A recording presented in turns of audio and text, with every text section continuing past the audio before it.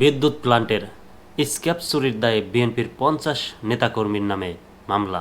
পটুয়াখালীর কলাপাড়ার ধানখালীতে কয়লাভিত্তিক পটুয়াখালী আর এনপিএল বিদ্যুৎ কেন্দ্রের অন্তত ৫ লাখ টাকা মূল্যের স্ক্র্যাপ মালামাল চুরির ঘটনায় বিএনপি ও সহযোগী সংগঠনের ৫০ নেতাকর্মীর নামে মামলা করা হয়েছে।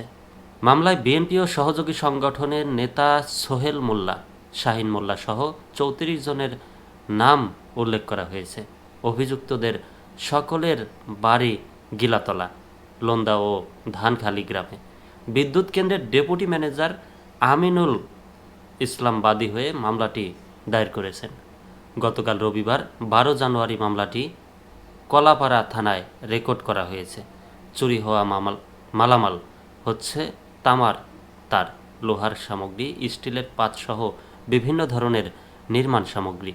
মামলায় বলা হয়েছে ৯ জানুয়ারি রাতে আসামিরা বিদ্যুৎ প্লান্টের অভ্যন্তরে প্রবেশ করে গুরুত্বপূর্ণ তামার তার, লোহার সামগ্রী, স্টিলের পাতসহ বিভিন্ন ধরনের মালামাল চুরি করে গিলাতলা বাজারের কাছে নিয়ে স্টক করে।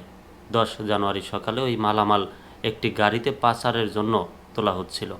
এ সময় বিদ্যুৎ প্লান্টের নিরাপত্তা কর্মীরা কর্মকর্তাদের নিয়ে পুলিশ ক্যাম্পের সদস্যদের সহায়তায় গাড়িসহ অন্তত ২.৫ লাখ টাকা মূল্যের ৫ টন মালামাল উদ্ধার করেন। এই চক্রটির চোরাই করা আরও এক ট্রাক মালামাল ইতিপূর্বে আটক করা হয়েছে। কলাপাড়া থানার ভারপ্রাপ্ত কর্মকর্তা ওসি মোহাম্মদ জুয়েল ইসলাম জানান, মামলাটি এজাহার হিসাবে রেকর্ড করা হয়েছে। প্রয়োজনীয় পরবর্তী আইনানুগ ব্যবস্থা নেওয়া হচ্ছে।